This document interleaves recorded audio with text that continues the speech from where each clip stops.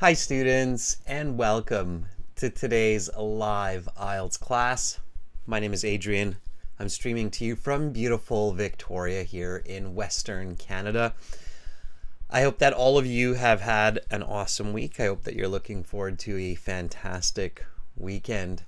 Students, in this class we are looking at IELTS writing task 2. Specifically, we're looking at an essay about to what extent do you agree or disagree. This was requested by one of our students asking, what's the best way to answer this kind of an essay? To what extent do you agree or disagree? Welcome Angel. Hi Lydia. Hi Elizabeth. Domenico. Nice to see all of you. Hi Anahita. Welcome Carolina, our chat moderator.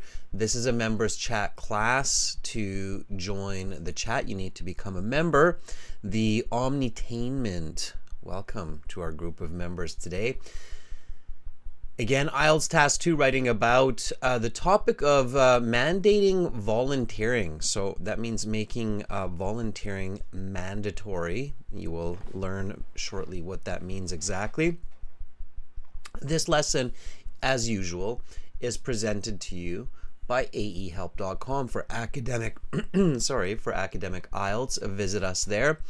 For the general IELTS, visit us at gieltshelp.com. These are the websites that power these live classes. They contain all of our materials, practice exams, audio CDs for you to follow with these classes. So if you're enjoying these live classes, definitely check out aehelp.com. It looks like this. And click this big red button to join our premium version of the course. It's well worth it. It doesn't cost a lot. It's a one-time payment for lifetime access, and you have a lot of great materials to learn from. We're an IDP affiliate. We're a British Council partner. We're an IELTS test registration center. I'm a certified British Council agent. You're in great hands. For general IELTS students, it's gieltshelp.com.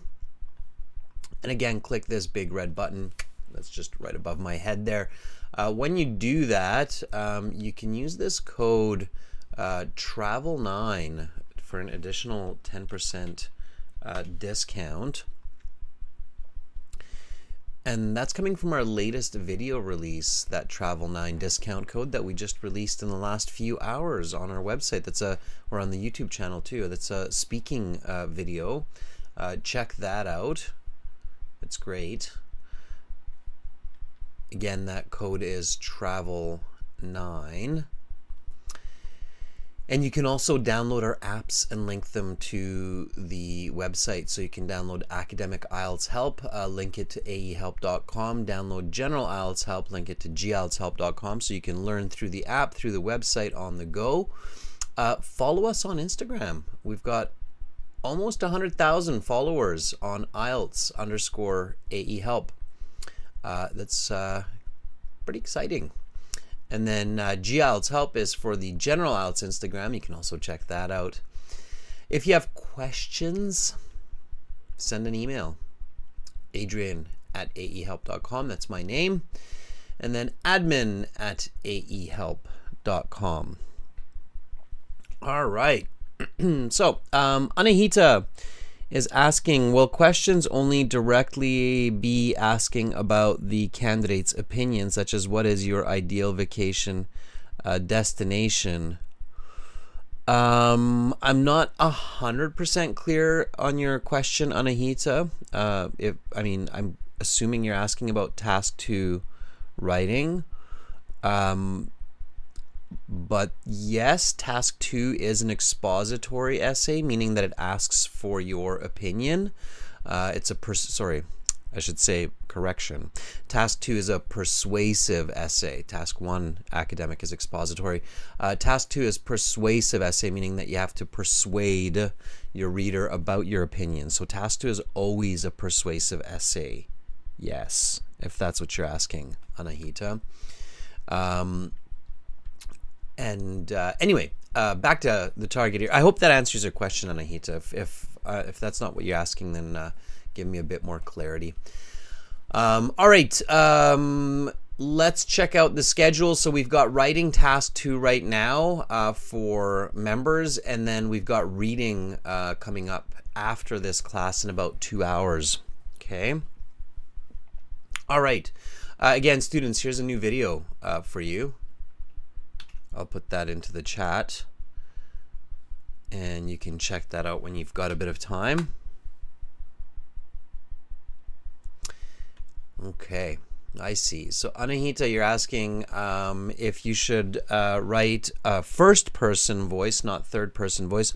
Anahita, that always depends on the essay. I'll talk about that in a minute, okay, when we look at this question. All right.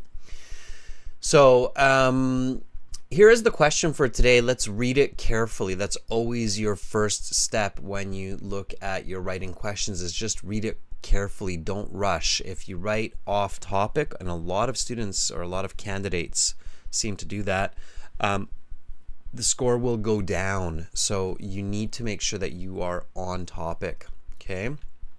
So the first and most important step to staying on topic is reading the question carefully. All right. So let's do that. IELTS task 2 writing. You should spend about 40 minutes on this task. Always spend 40 minutes on task 2. Some argue that all citizens should be required to perform a certain amount of volunteer work in their community each year. To what extent do you agree or disagree with this proposal? Give explanations and examples to support your opinion. Okay, so here, to make 100% sure that you understand the question, it's a good idea to paraphrase it.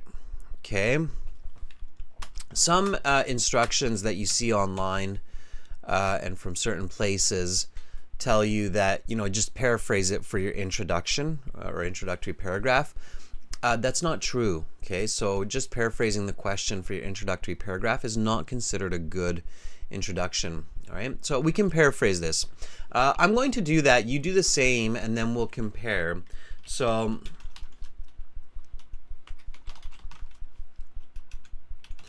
certain people ascertain, it's the same as saying some argue. Certain people ascertain that every member of a community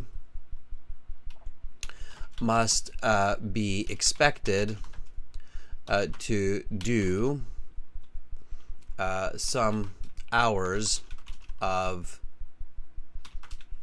unpaid work in their locality every year.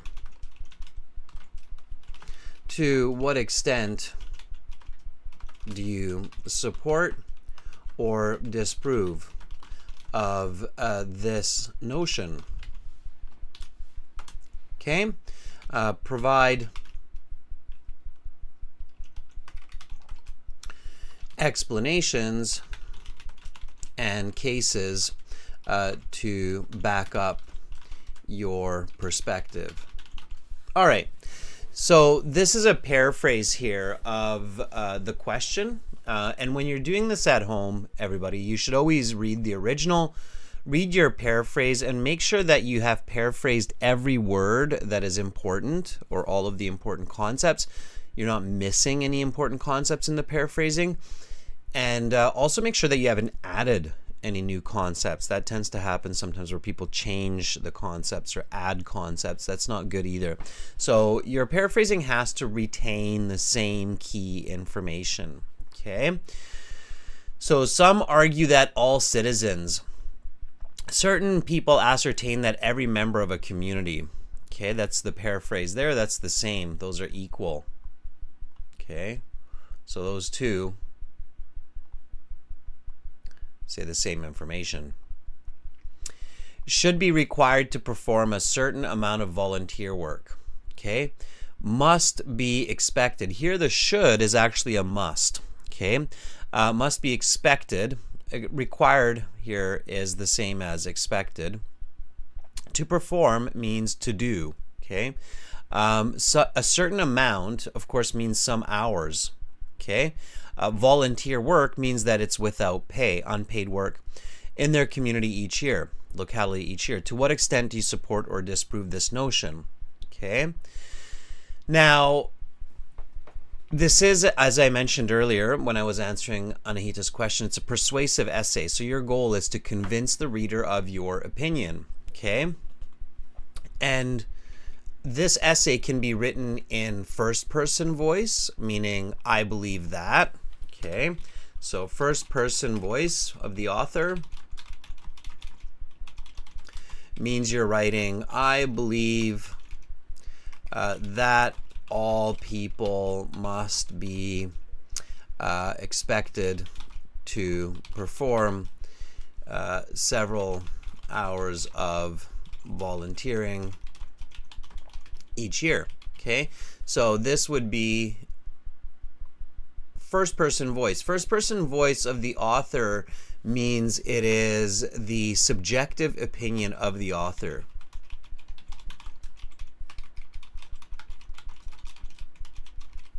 Okay. Now, some of you here are like, oh, you should never write I. My teacher, somebody told me I should never write I. Well, it's not necessarily true. It really depends on the question. And so, Anahita, to reply to what you were asking in the chat at the start of the class, you have to carefully look at the question and you have to think about the opinion. Is it your opinion? Is it a personal opinion? Or is it an opinion that is more or less universally true? That means it's true without an individual perspective, right? So that's called the third person voice.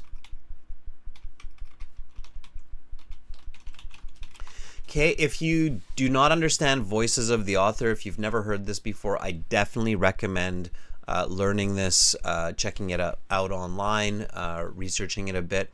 It's extremely important that you understand voices of the essay. Okay, third person voice of the author is the objective voice of reason. Okay, so the objective voice of reason does not use the I. It does not use I believe or in my opinion. It just simply is the general opinion without using first person. So the example here would be people must be expected to perform several hours of volunteering each year in order to help communities and individuals develop. Okay, so this would be the third person voice. There's no I. It's just the objective voice. Most university essays are written in the third person voice. Okay. By the way, second person voice is you. Okay. For those of you who are curious, what is second person voice? There's first person, there's third person, but Adrian jumped over the second person? Who's the second person? So you can think about it like this. First person is me. I'm first. Okay. Second person is you. We're talking about you. Third person is everybody else. Okay. That's one way to think about it. That's why it's called first, second, third person. Does that make sense? Thumbs up. Everybody clear? So first person means it's me. I'm first. I'm talking about my opinion. Second person is you, the person I'm talking to. It's what you should do. It's instructions to you. And third person is, thirdly, everybody else. So all of the people in the world around me. Okay, does that make sense? That's kind of the concept you want to think about here. So second person is the voice of the author for the audience. Okay.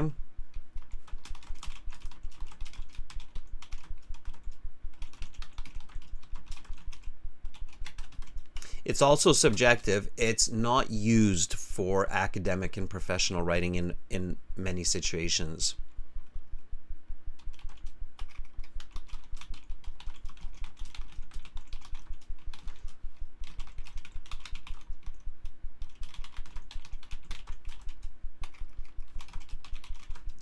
And the reason for that is because the author does not know the reader. So here, just the only key or important point here that you have to really pay attention to is do not use you in your task 2. General IELTS task 1, narrative, letter writing, that's where you might use the second person voice, okay? So do not use you in your task 2 writing, okay? And a big no-no,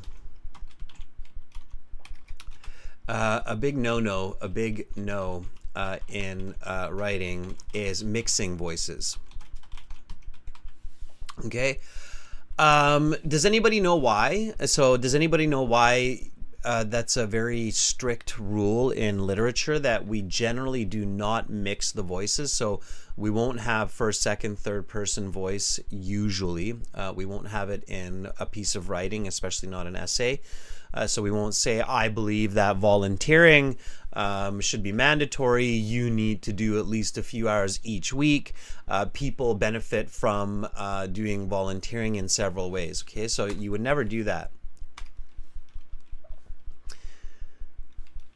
So do not write, I believe that people should be required to volunteer because you can benefit greatly from helping the community, and people improve themselves through aiding the poor. Okay. So does anybody know why we never mix voices? It's a general rule to not mix voices. Yeah, it's very confusing, right? That's kind of the idea there. It's very confusing for the reader. Okay. So this is very confusing. And your professor or your IELTS examiner will catch that right away, and your coherence mark will go down for your writing. Okay. This is very confusing for your reader, as they will question, who are you talking about?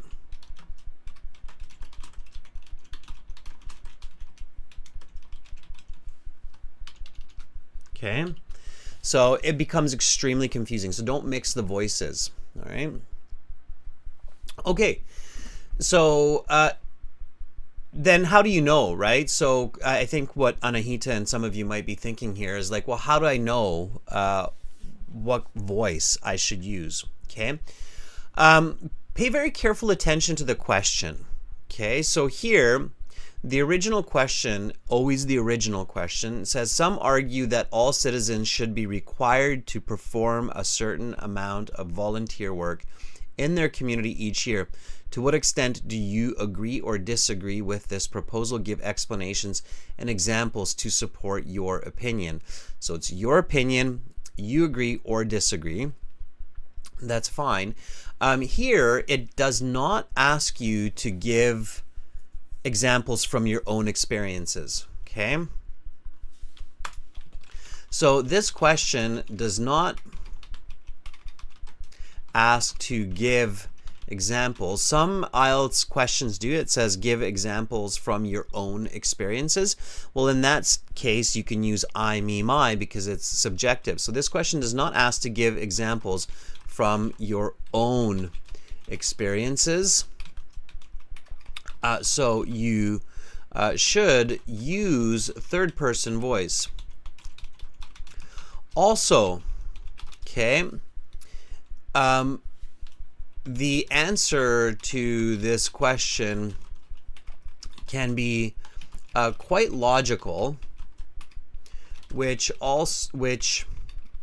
again suggests using the third person voice. I'll explain that a little bit more here in a second. Okay. So the next step after you read the question and you paraphrased it and you used your own words and you thought about it, of course, is planning. So you have to plan your essay, and you have to identify the topic and the controlling ideas. So here the topic, of course, is mandatory volunteer work. Mandatory means it has to be done. Okay, so that's what we're talking about. And the controlling idea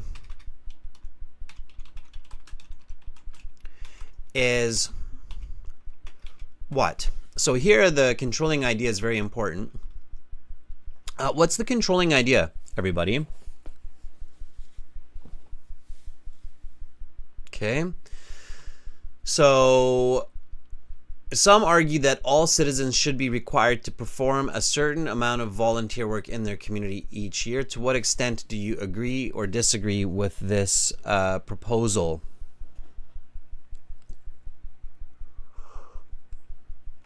Anahita says, to what extent do you agree? That's part of it, Anahita. It's not the whole. Okay. So that's partly accurate. So, but it's not the whole. Okay. What's the whole controlling idea here? It's very important that you're clear on this. Yeah. Omnitainment, very good. Nice chiming in. Perfect. Great timing. Good job. Yeah, omnitainment says all citizens performing volunteer work, right? Each year. Okay, it says each year. Okay, pay attention to that as well. Okay, so the controlling idea here is all citizens should do this each year. Agree or disagree? To what extent do you agree? Okay. All right. So that's the controlling idea. Now, here, the next step, of course, is to figure out what are, the definitions here. So you ask what, why, how for each. So what is the topic? Why are we discussing this? How can this be seen? Controlling idea, all citizens should do this each year. To what extent do you agree, disagree? Okay, now, there are lots of ways to plan, right? One is to look at the big ideas, like volunteer work equals giving time for free to achieve some tasks, right? For example.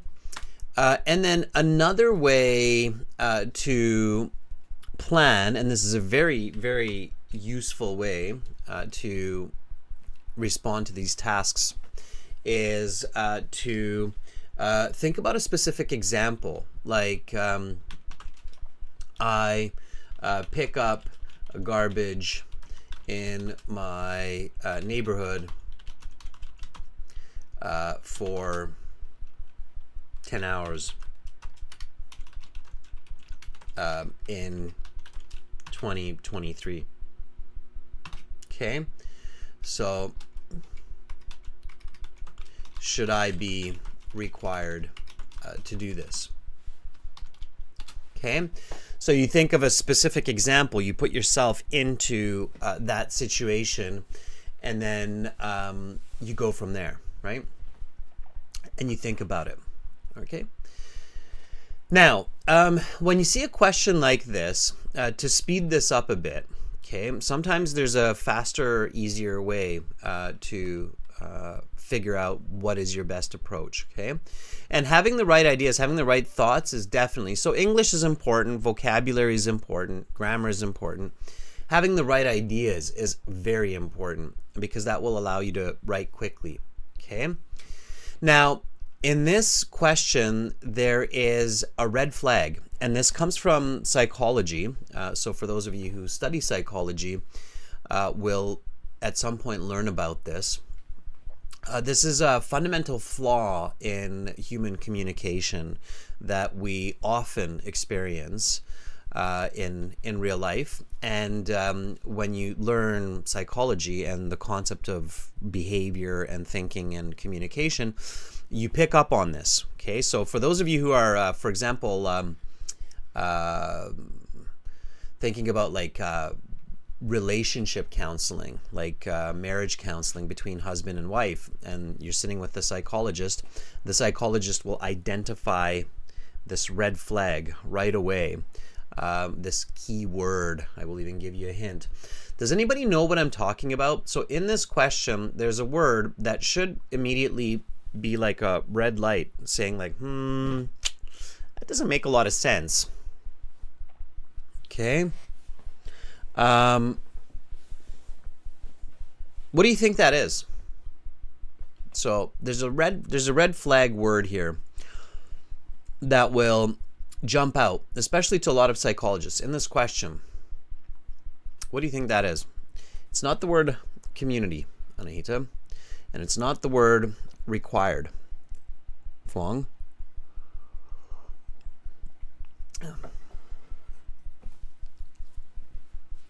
Sociologists, too, by the way, would flag this word. They would go, oh, that word makes this question kind of easier. It's not citizens.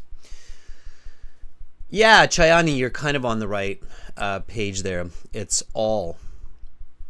This is the red flag right there. Okay.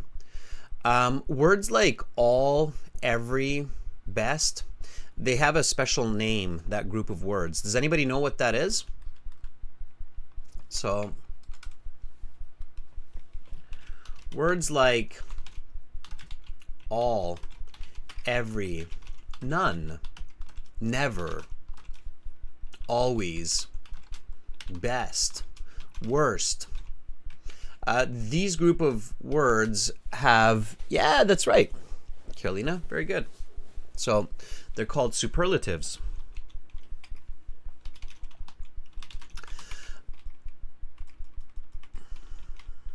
Superlatives. Yeah, okay, there we go.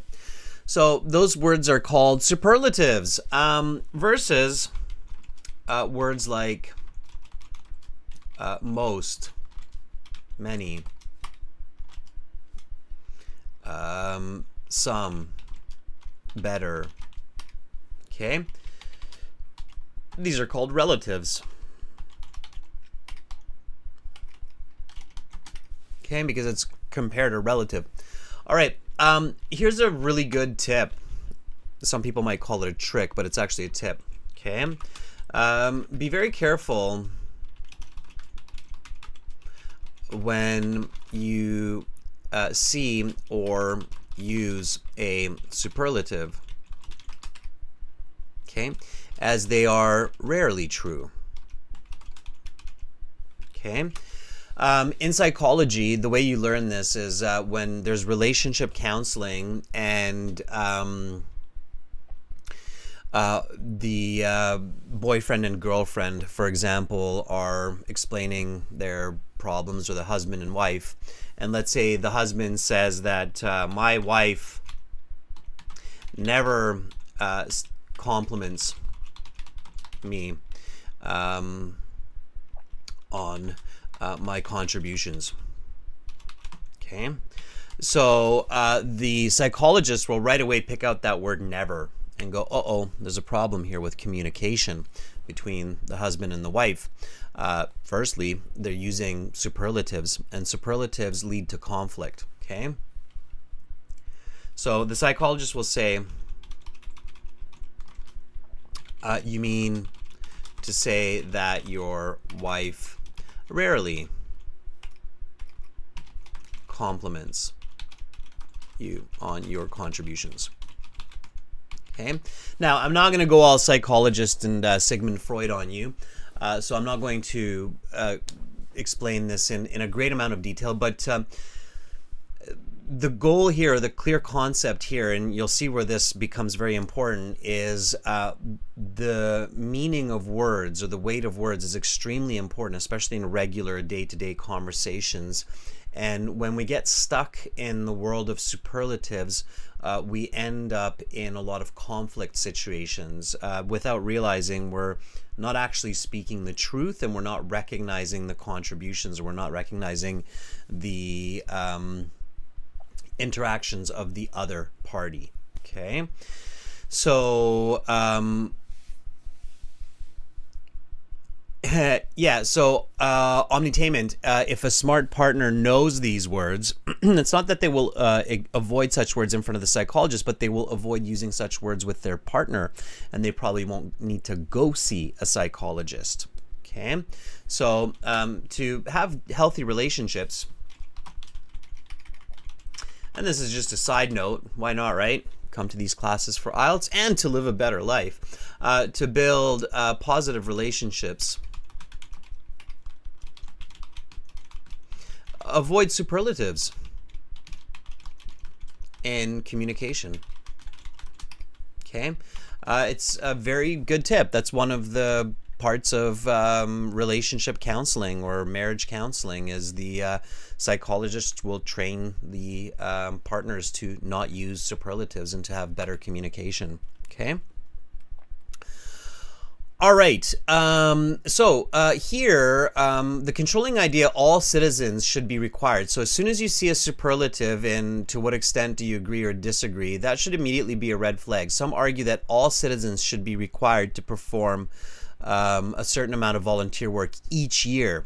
Okay. Here, in my opinion, I would strongly disagree with this. Why? So, now let's write this in third person.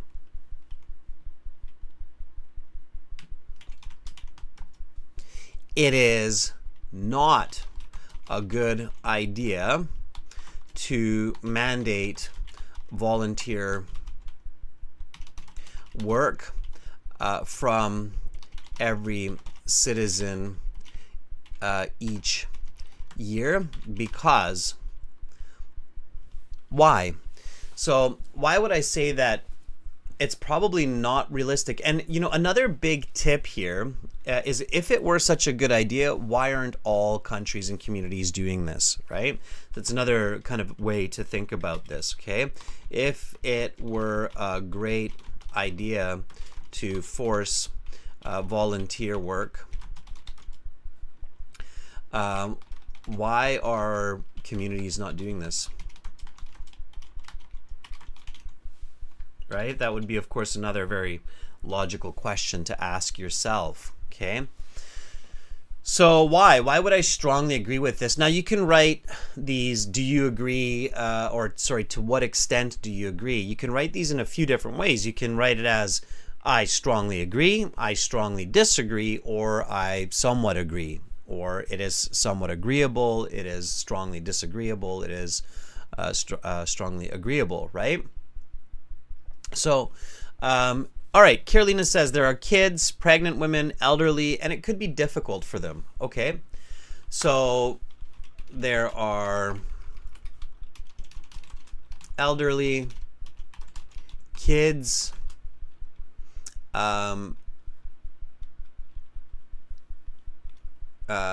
disabled, and it may be difficult. Yeah. So in a simple way, Carolina, what you're saying is it might not be possible for everyone, right?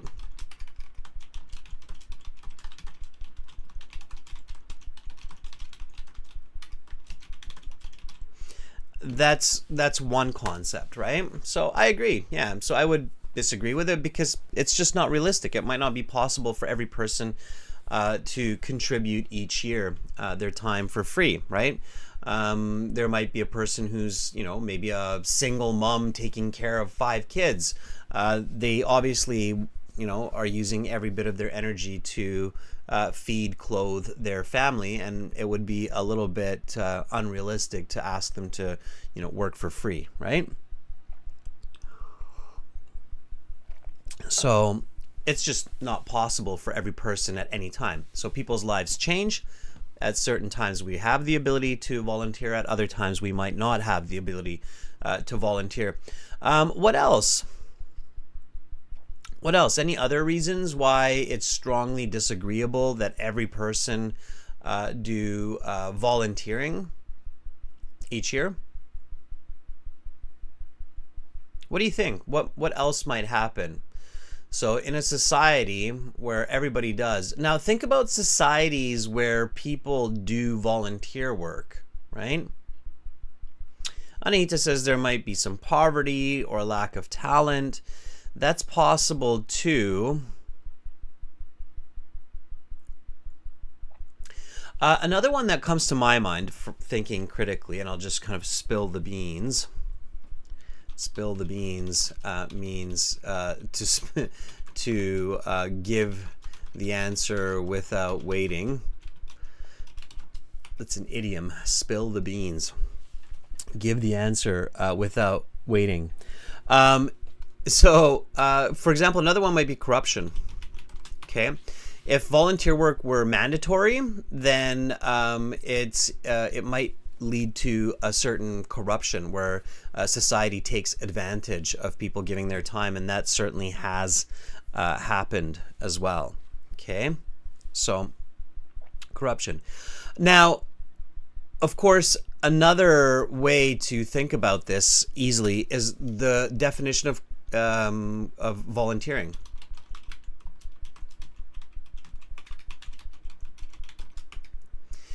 The definition of volunteering is to give oneself without coercion. So when we combine the two words, mandatory, volunteering, there's actually a term for that. So words that have kind of opposite meanings, mandatory and volunteering, kind of have opposite meanings. And these types of collocations, some other examples would include like jumbo shrimp.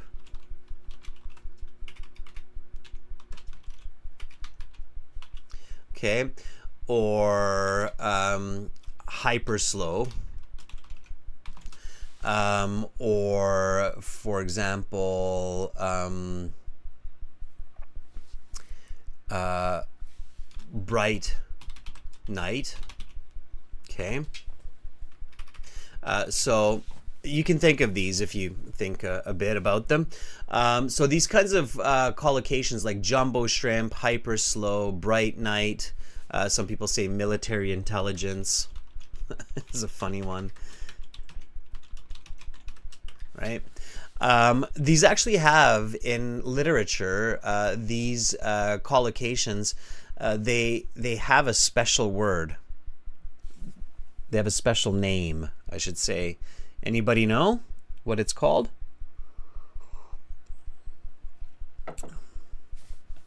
Okay.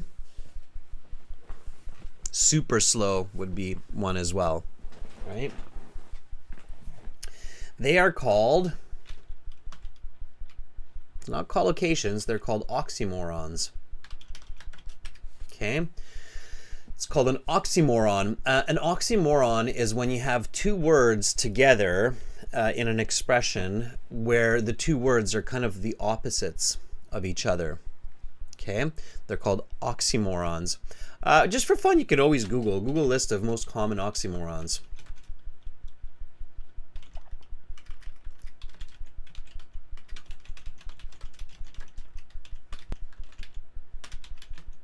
Okay, you'll find a pretty funny list. Some of them you'll be like, oh yeah, that's used all the time. I've heard that before. So Google the list of frequently used oxymorons. Okay.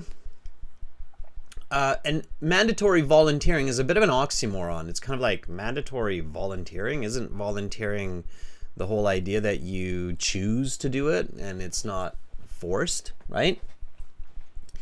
So that's another red flag, right? When you see an oxymoron, immediately you should be like, okay, I get it, but doesn't really make sense, right? So when you have a combination of an oxymoron with a superlative, you should kind of be like, well, there's probably a few good reasons why that's not true. Okay, makes sense?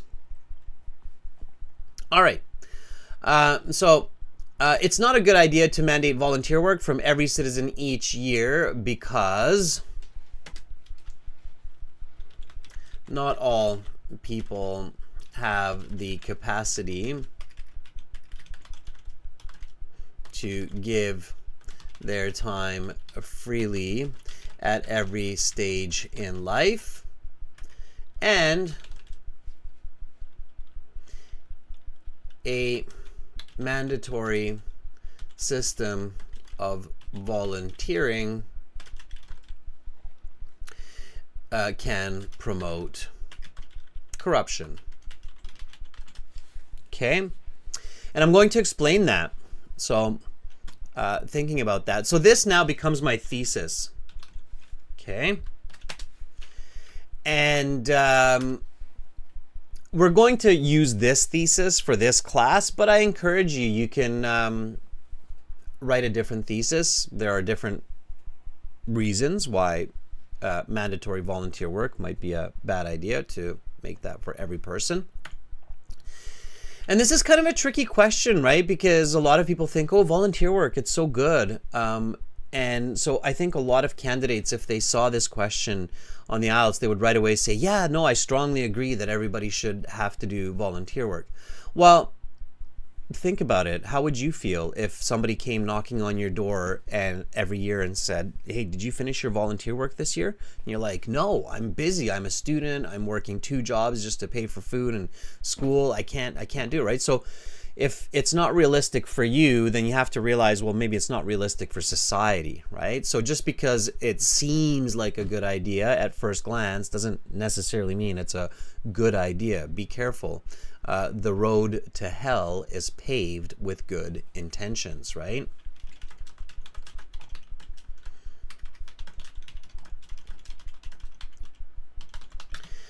So always put yourself in the situation, right? So let's write the introductory paragraph.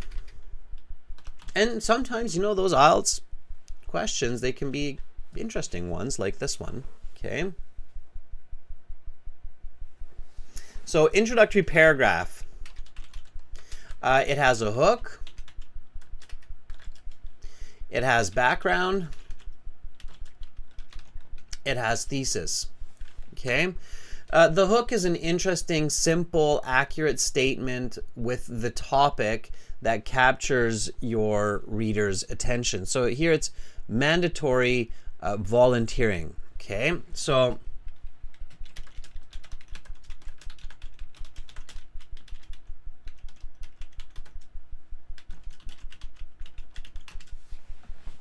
that's going to be my hook right there, okay? I encourage you, write a hook, okay? Try it out.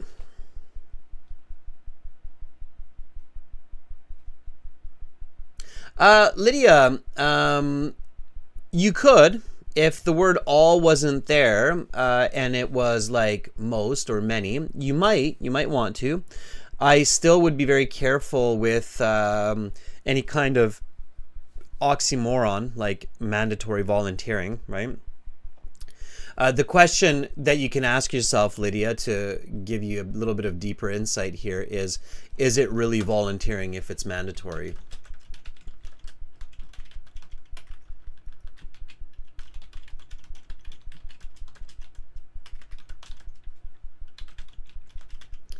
Right? Or is it just forcing people to work for free? It's an important difference there, right? So the notion of mandatory volunteering is provocative, okay? So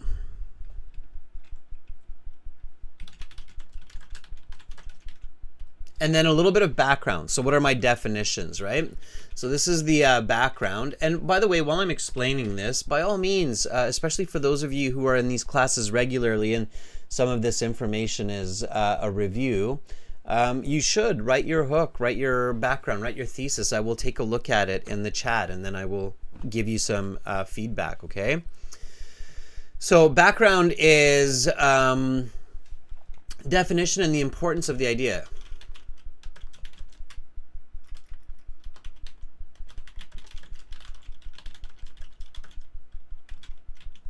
Okay.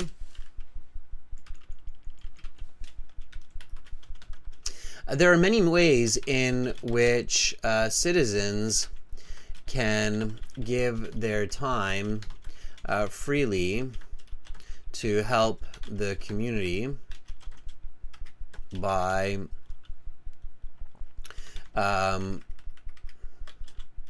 picking up garbage,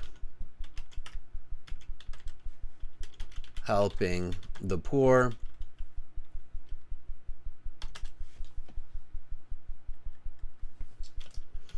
and building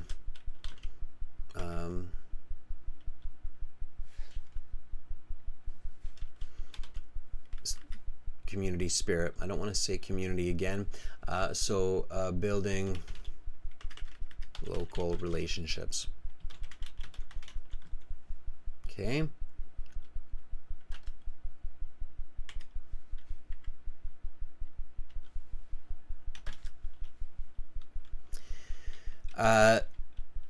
These can all be a benefit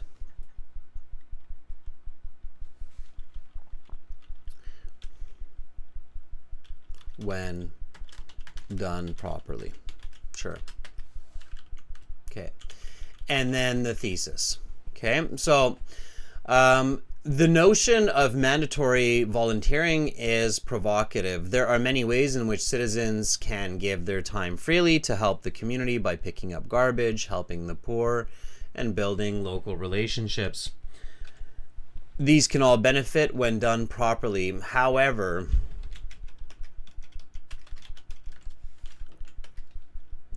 it is not a good idea to force, because I've already used mandatory, so force volunteer work from every citizen each year, because not all people have the capacity to give their time freely at every stage in their life, and a mandatory system of volunteering can promote corruption.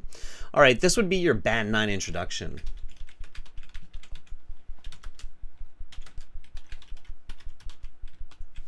All right, take a look at that. If you have questions, let me know.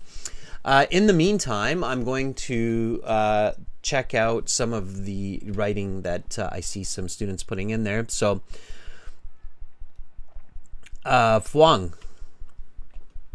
has this hook.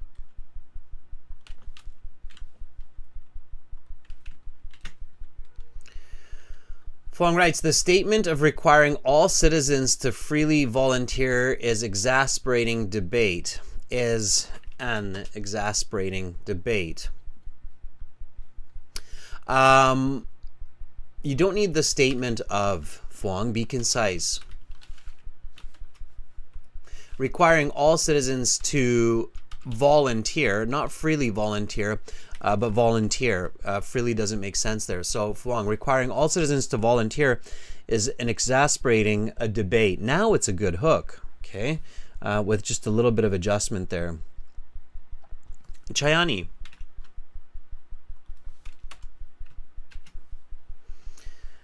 Says,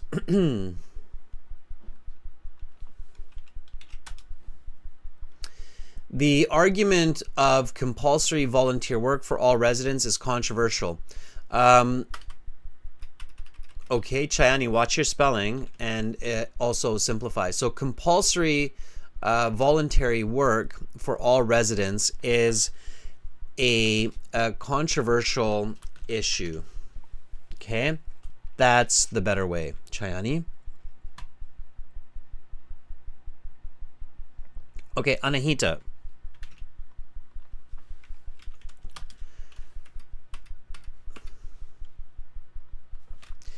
Anahita writes,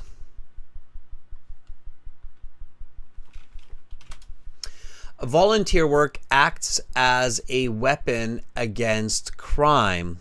The mandatory volunteer work refers to the contributing of extra hours. Mandatory volunteering refers to contributing extra hours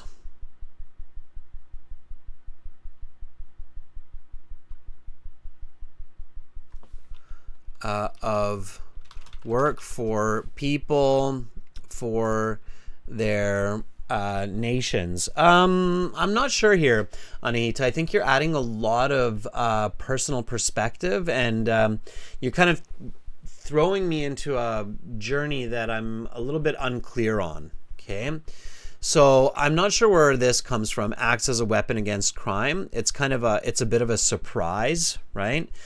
So Anahita, be careful when you're writing or when you're thinking about your ideas. You can't just suddenly surprise your reader into confusion, right? When I read volunteer works as a weapon against crime, I'm like, my reaction as your reader, as your audience is like, what? What are you talking about? Okay, you don't want that reaction. Okay, so avoid that kind of reaction.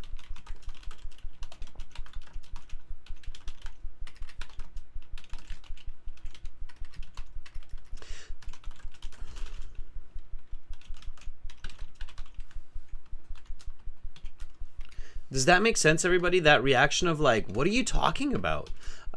If you feel that that's the reaction that your sentence is getting from your audience, you have to rethink it. Something is not right. Okay. So volunteer work acts as, I think instead of a weapon against crime, I might write something like volunteer work acts as a catalyst to building better communities. Okay. I maybe would write something like that. I think that's more sensible. Mandatory volunteer work refers to contributing extra hours of unpaid work for people to build their nations. Okay, and then let's just go from there. So that would make more sense right away in this context of this question. Okay, Anahita, so volunteer work acts as a catalyst to build better communities. Mandatory volunteer work refers to contributing extra hours of unpaid work for people to better, let's not repeat that word, better their nations. Okay, so that would be a little bit more accurate, right? Okay, let me take a couple more here. All right. So Domenico writes this. The proposal of mandatory volunteer work for all residents has sparked a long controversial debate. Spark means it's starting. Long controversial debate means it's been happening for a while, Domenico. So again, content, everybody. Be really careful. Review always what you're writing for content. The proposal of mandatory voluntary work for all residents is a long controversial debate.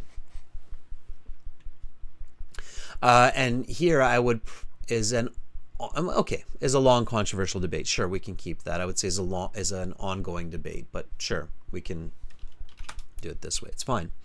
Okay, so spark and ongoing, again, oxymoron, right? It's opposites. Lydia. Yeah, for a lot of IELTS candidates who are band 7 going to a band, or band 6 even, going to a band 7, 8, 9, the trick is often not in so much the grammar or the vocabulary, but it's just having better content. Okay.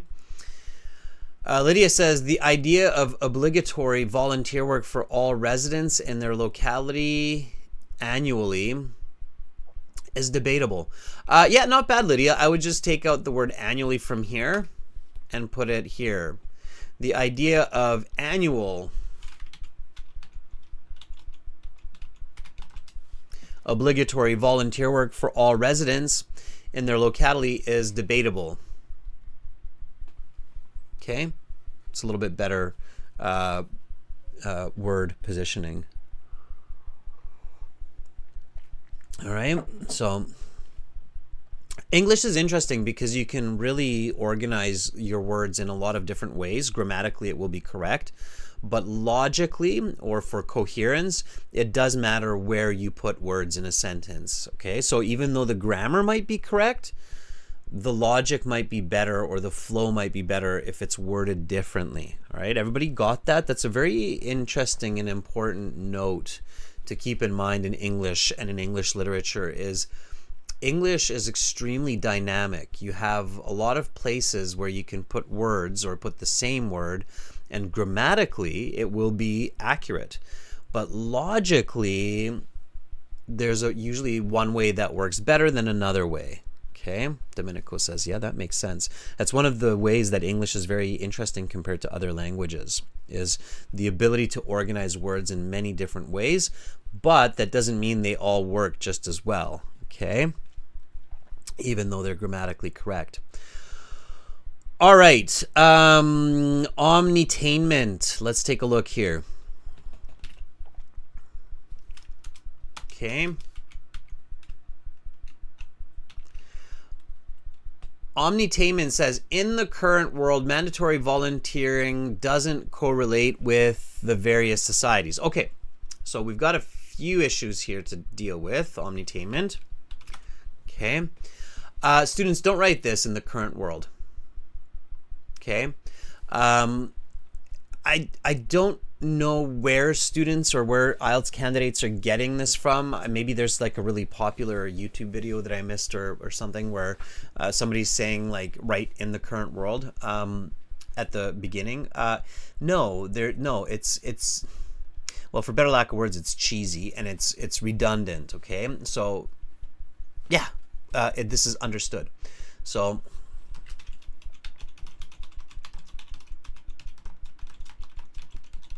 okay, it's understood, it's overused, it's not needed. Okay, if I'm an IELTS examiner and I'm reading 100 IELTS essays and all of them start with in the current world or in the concurrent world or nowadays, I'm kind of like, oh gosh, can people just stop doing that? So don't use in the current world. You can just start with mandatory. Okay. Mandatory volunteering doesn't. Don't use contractions, everybody, in your academic essays especially. Okay, so this is an important tip.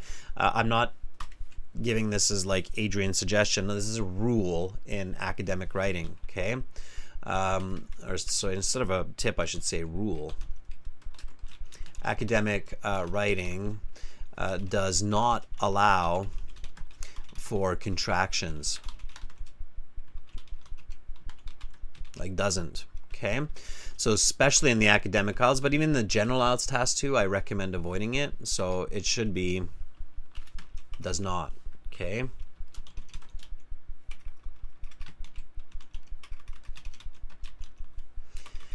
And yes, the examiner will catch that, and if you keep using contractions, they will take a band score for that. Okay, so be careful with that.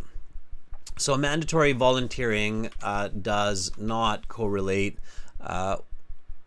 well with various societies. That would be okay.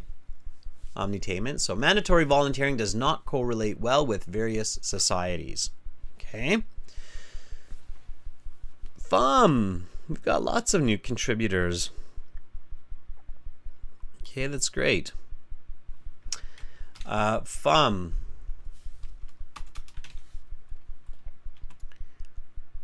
Has this to say: there are millions of volunteers around the world who give their time freely to contribute to societies. Okay, FUM, just a few corrections there, but the overall concept is good. That could be a good hook. Absolutely. Okay. Angel.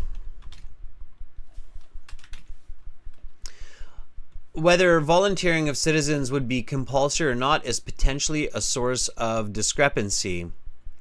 Yeah, instead of discrepancy, I would use a different word there, Angel. I would say conflict. Yeah, I have a feeling that if we said from tomorrow everybody has to volunteer 20 hours each year, that could create some conflict, some animosity.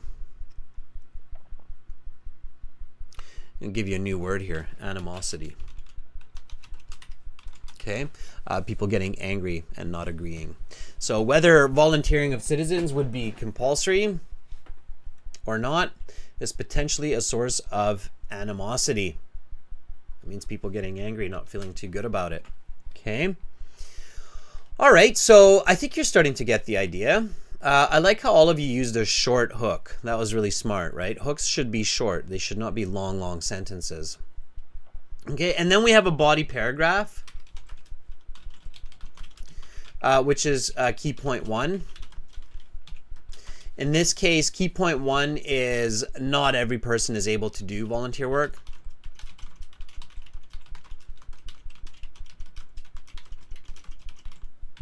Okay, so this is my point 1. Not every person can do volunteer work every year.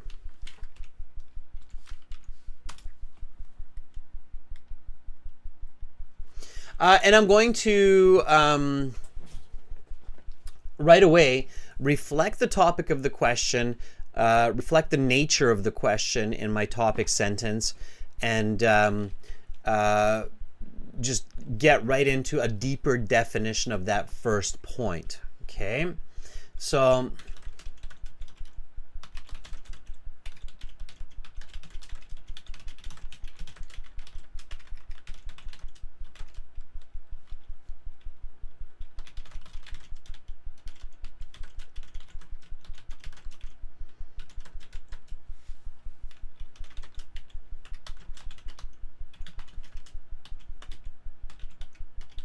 okay, so it is strongly disagreeable to expect every person to give time freely year after year, as this is logically flawed, since people's lives change and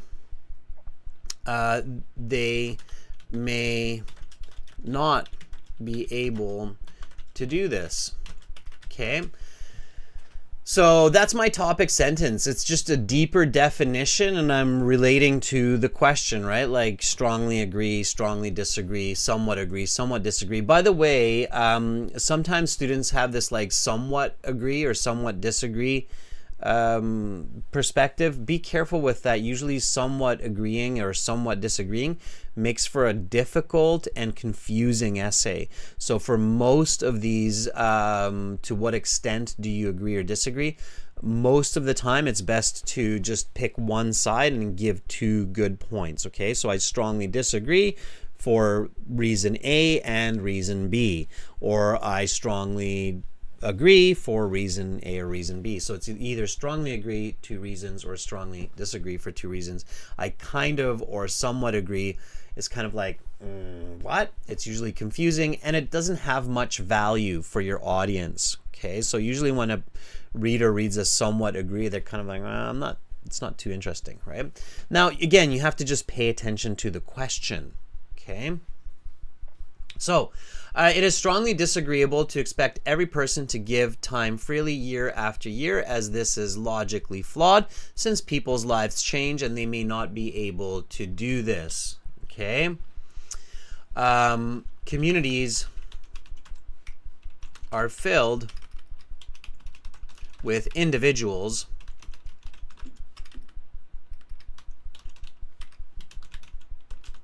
such as young children, geriatrics, and disabled,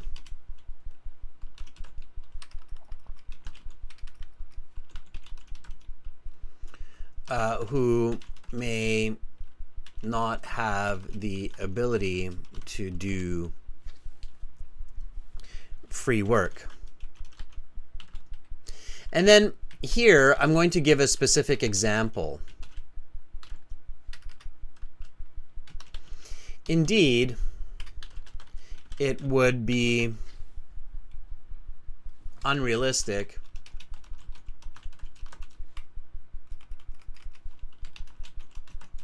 to expect a single mother of 3 children working 2 jobs to make ends meet to then also give an additional 50 hours of unpaid work each year to contribute to her community. Okay, so that would be my specific example. Now I'm kind of moving along here, everybody, and I'm showing you, how you can put together the essay in a very kind of logical perspective. All I'm doing here is topic, sentence, explanation, example. Okay, you often hear the word supporting points, but to be a bit more specific, a supporting point should be a clear explanation, and another supporting point should be a clear example. And then you can have a concluding sentence. Okay, so this is one of two reasons that governments must avoid this system of forced volunteer work. Okay.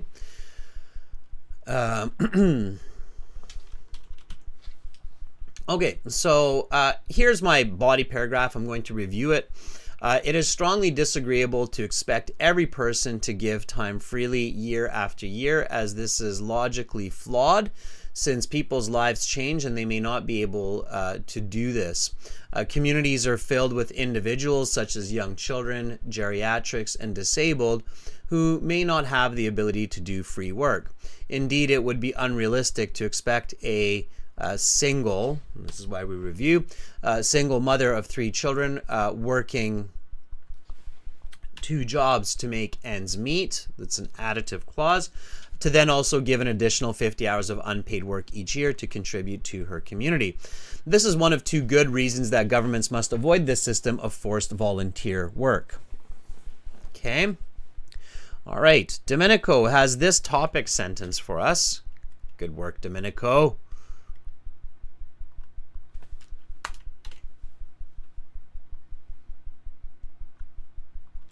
Everything. So if you have questions, by the way, you can also ask me. So if some aspect of what I'm writing does not make sense, let me know. Okay. So Domenico says it is fundamental to consider individual circumstances, as not everyone has the capacity to devote their time freely to unpaid work. Moreover, volunteering should ideally be driven by genuine intention. Okay, yes, now I see the rest of it, Domenico. Passion. And willingness to contribute to the community rather than being imposed upon citizens. I like it. Okay, Domenico, I think you're definitely in the right direction. You're using nice vocabulary, sound logic. Absolutely. Just be really careful, Domenico, not to mix many ideas into one paragraph.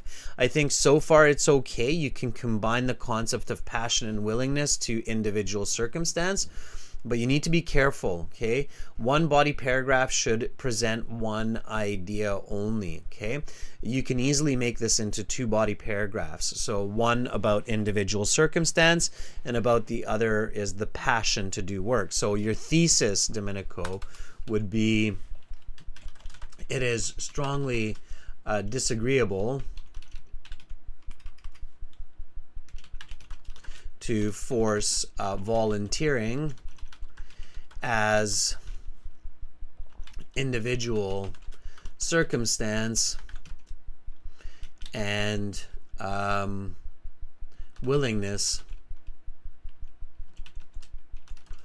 are key aspects to consider for positive outcomes. So if I'm writing your thesis, Domenico, it would look something like this. And then my body paragraph 1 would be about individual circumstance, and my body paragraph 2 would be about individual willingness. Okay.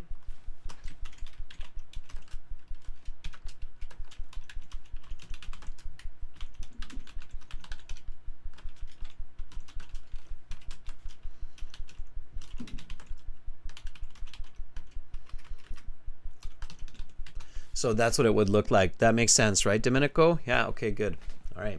So careful not to combine too many ideas. When you have a lot of ideas in one body paragraph and they're not clearly explained and they're not supported by examples, it becomes confusing, and IELTS tries to tell students this. So I mean, in a perfect world, you learned about this in school, and you learned about how to write a persuasive essay with explanations, examples.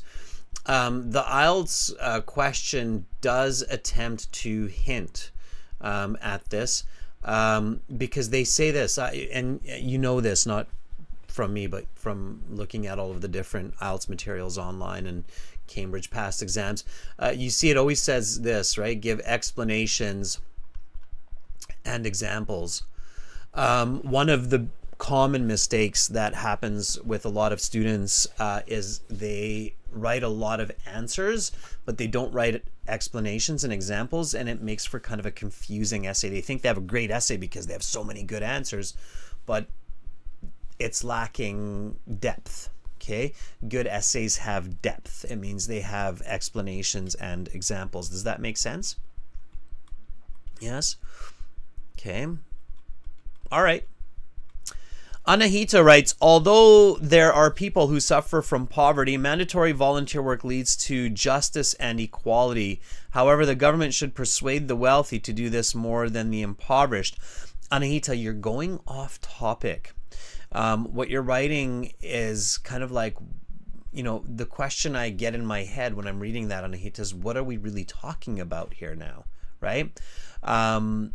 I think you have a lot of ideas around this concept of mandatory volunteering, but you're not clearly answering the question for your reader, Anahita. So you have to think about, how do I clearly answer the question that is being asked of me, rather than going into subjective opinion that surrounds the topic. Okay, that's a very common mistake, Anahita, in people's writing. Okay, but you have to be very careful, because if your reader is thinking, what are we talking about, or where are we going with this, then it doesn't make for a good read. Okay, so be careful.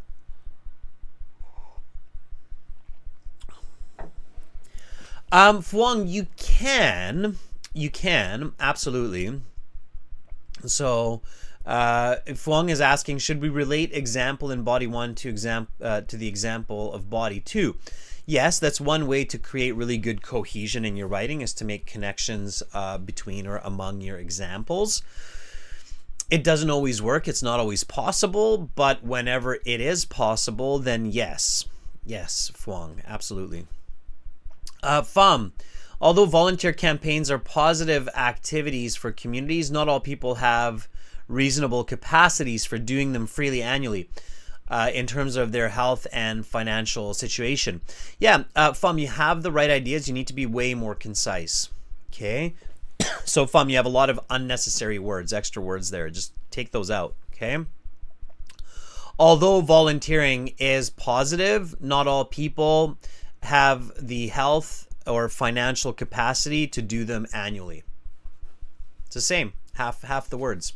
So I said it in half the words that you used, and I gave the same information. Okay, students, it's extremely important to be concise whenever you can. Okay, so one more time, Pham. Although volunteer work is positive, not all people have the health and financial capacity to do it annually.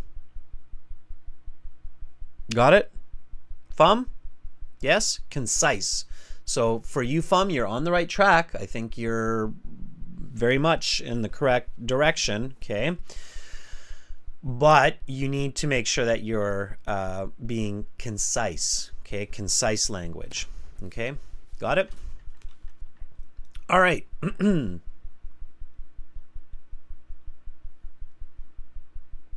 Omnitainment is asking, paraphrasing, paragraph ending sentence, can it lead to the topic sentence of the next paragraph? Yeah, absolutely. So the concluding connecting sentence can be kind of like an overlap or a transition, I should say, to the topic sentence of the next paragraph. Yes, it's possible. It doesn't have to be, Omnitainment. It doesn't have to be, okay? But it can be, yes. Okay, let's do that. Let's get into that second paragraph, right? A second point, let's go from here. a second major point against expecting regular volunteer work is the potential for abusing this system for the benefit of the organizers. Okay? Right? If we mandate volunteer work, then we can expect that it's taken advantage of, right? Here's an interesting question, everybody. I wonder if anybody thought about that. Some countries have mandatory volunteering of young adult men, usually. In some countries, it's actually even women, I believe in Israel. What is that? What is that mandatory volunteering? And there's actually a special word for that. It's not volunteering. We even have a unique word for this.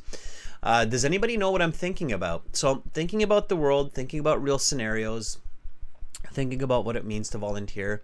And here we could argue that this system is kind of abused in some countries. That's right, Chayani Elizabeth, the military. So volunteering for military is a type of volunteer work, right? And governments and societies mandate this. Anybody know what that's called? So just to build your vocabulary, mandatory military service. It's a type of volunteering, right?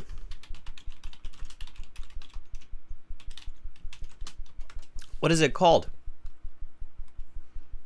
What is that called? And there's a reason why a lot of countries, by the way, most of the world had this in the past, but many countries or most countries decided, this is not a good idea. We shouldn't force people to do this.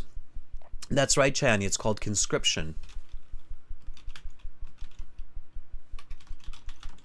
Okay, so conscription is when we force people to join the military, okay, or volunteer for the military. So a second major point against expecting regular volunteer work is the potential for abusing the system for the benefit of organizers. Indeed, oh, just a sec. I noticed I got so excited that I disappeared. Here, I'm coming back on screen here in just a second. All right. So, thinking about that, okay. Yeah, it's military service, and a forced military service is called conscription, okay, conscription. So military service is any work done for the military. It can even be paid work. When it's mandatory volunteering to the military, it's called conscription, okay. You conscript, okay. So, indeed, human work effort has great value, and it is easy for authorities to take advantage of this for benefiting the needs of the few instead of the many. Okay.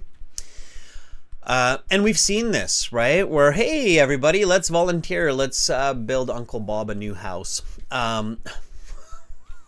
Okay.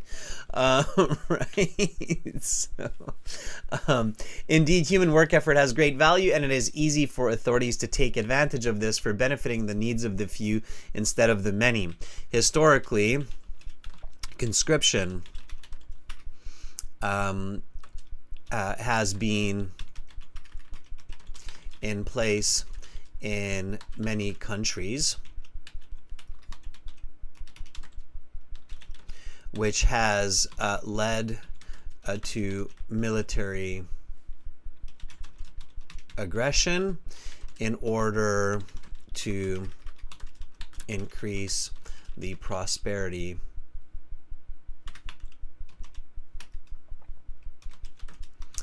of the ruling class. Okay, so it's an extreme example, but I think it would make for a good argument in this question, right? Because we didn't discuss what we're volunteering for, right? So volunteering, we tend to assume, is to protect the environment, but we didn't get into those details, right? So and we could argue it in those contexts as well. I just chose this one because it's very prominent.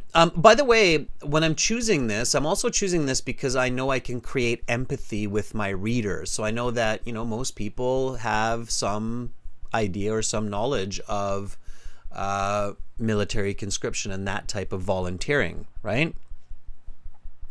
Anahita, the ruling class could mean the government, the wealthy. It's basically the people who are making the decisions at the higher level of who does what. Okay, all right.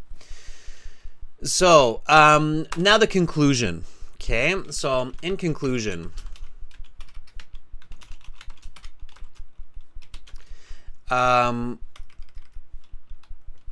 mandated volunteer or compulsory, I don't want to use mandated again, compulsory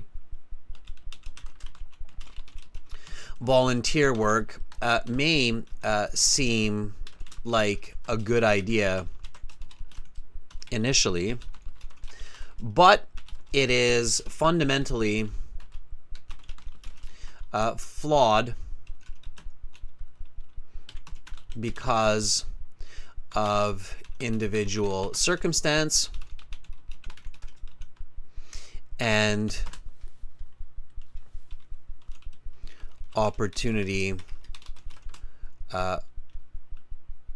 and I'm going to use parallel grammar here. I was going to say opportunity for misuse, but that's not parallel grammar. Parallel grammar means individual circumstance is adjective noun.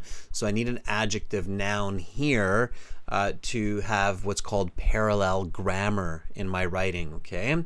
So individual circumstance and malicious opportunity.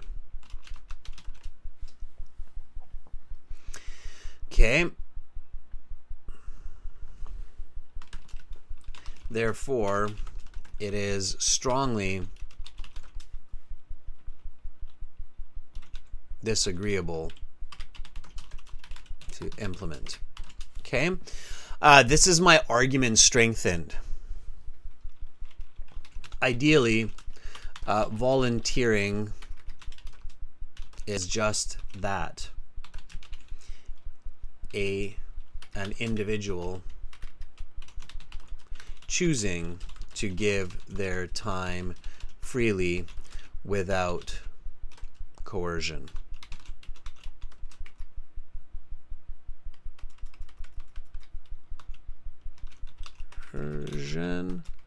Coercion, right?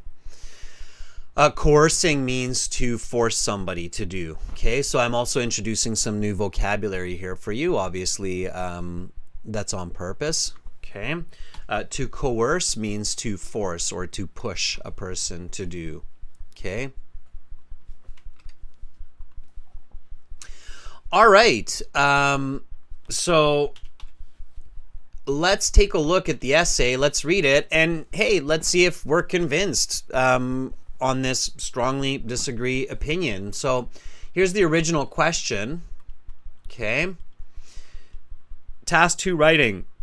You should spend about 40 minutes on this task. Some argue that all citizens should be required to perform a certain amount of volunteer work in their community each year. To what extent do you agree or disagree with this proposal? Give explanations and examples to support your opinion.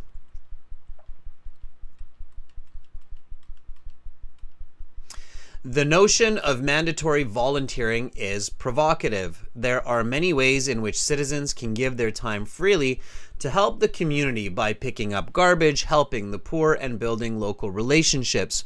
These can all be a benefit. These can all benefit when done properly. However, it is not a good idea to force volunteer work from every citizen each year, because not all people have the capacity to give their time freely at every stage in life, and a mandatory system of volunteering can promote corruption. It is strongly disagreeable to expect every person to give time freely year after year, as this is logically flawed, since people's lives change and they may not be able to do this. Communities are filled with individuals such as young children, geriatrics, and disabled who may not have the ability to do free work. Indeed, it would be unrealistic to expect a single mother of 3 children working 2 jobs to make ends meet to then also give an additional 50 hours of unpaid work each year to contribute to her community. This is one of 2 good reasons that governments must avoid this system of forced volunteer work. A second major point against expecting regular volunteer work is the potential for abusing this system for the benefit of the organizers. Indeed, human work effort has great value, and it is easy for authorities to take advantage of this for benefiting the needs of the few instead of the many. Historically, conscription has been in place in many countries, which has led to military aggression in order to increase the prosperity of the ruling class. In conclusion, compulsory volunteer work may seem like a good idea initially, but it is fundamentally flawed because of individual circumstance and malicious opportunity. Therefore, it is strongly disagreeable to implement. Ideally, volunteering is just that, an individual choosing to give their time freely without coercion. Okay? That will get you a band 9. Now, there are different ways to write the essay. This isn't the only way. Some of the key points here to take away are ways to answer these types of questions. To what extent do you agree or disagree? Also, really pay attention to red flags like superlatives and oxymorons like all citizens, okay, and mandatory volunteer work or have to do volunteer work, okay? So pay attention to those logical flaws. IELTS tries to kind of give you some hints or tips to lead you in the right direction. One question you can always ask yourself to get some good ideas or some good thoughts is, well, if I had to do this, if I was forced into volunteer work every single year, would that be realistic? Would that work for me? Do I have that ability in my life? If your answer is yes, then think about why, and then you might strongly agree with the opinion. But if your answer is no, then of course it makes sense to think, okay, I disagree with this opinion. Now why? Well, I don't have this ability every year to give my time freely. Why not? Well, in some years I'm really busy with school and work, right? So think about yourself in that position, okay? And choose the first or the third person based on the question. That was a kind of a summary of the key points in the class. Does that make sense for everybody? Fam, I love how you're still writing. That's awesome. Students, remember that you can always send your essays for free band score estimates to our awesome team at aehelp.com. So Adrian at aehelp.com or admin at aehelp.com. I will post this essay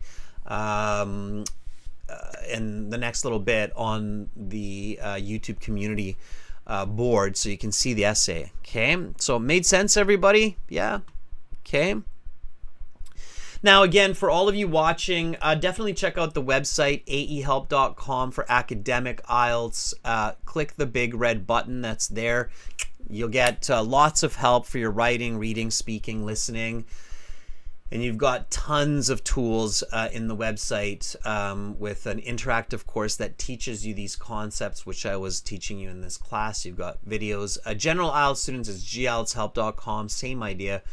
Click that big red button, and of course, welcome to gieltshelp.com. Everything for task 1 as well. Okay, so task 1 for the academic and for the general are quite different, so make sure to learn them. They're different types of essays. academic task 1 is expository. General IELTS task 1 is narrative, so know the difference. So check out the websites, use the full version, especially if you're in these live classes regularly. We use those websites, we use those materials. Thank you for our members contributing today. FUM, Omnitainment. It was really nice to see some less common individuals that we don't see as often contributing to the class. So thank you, and thank you, Angel, Lydia, Domenico, Carolina. Thank you for moderating. I'll be back, everyone, in 30 minutes with reading. We'll do some reading, list of headings, reading strategies coming up in half an hour. So stretch your legs, get a glass of water, hydrate, and I will be back shortly. Thanks, everyone. Bye for now.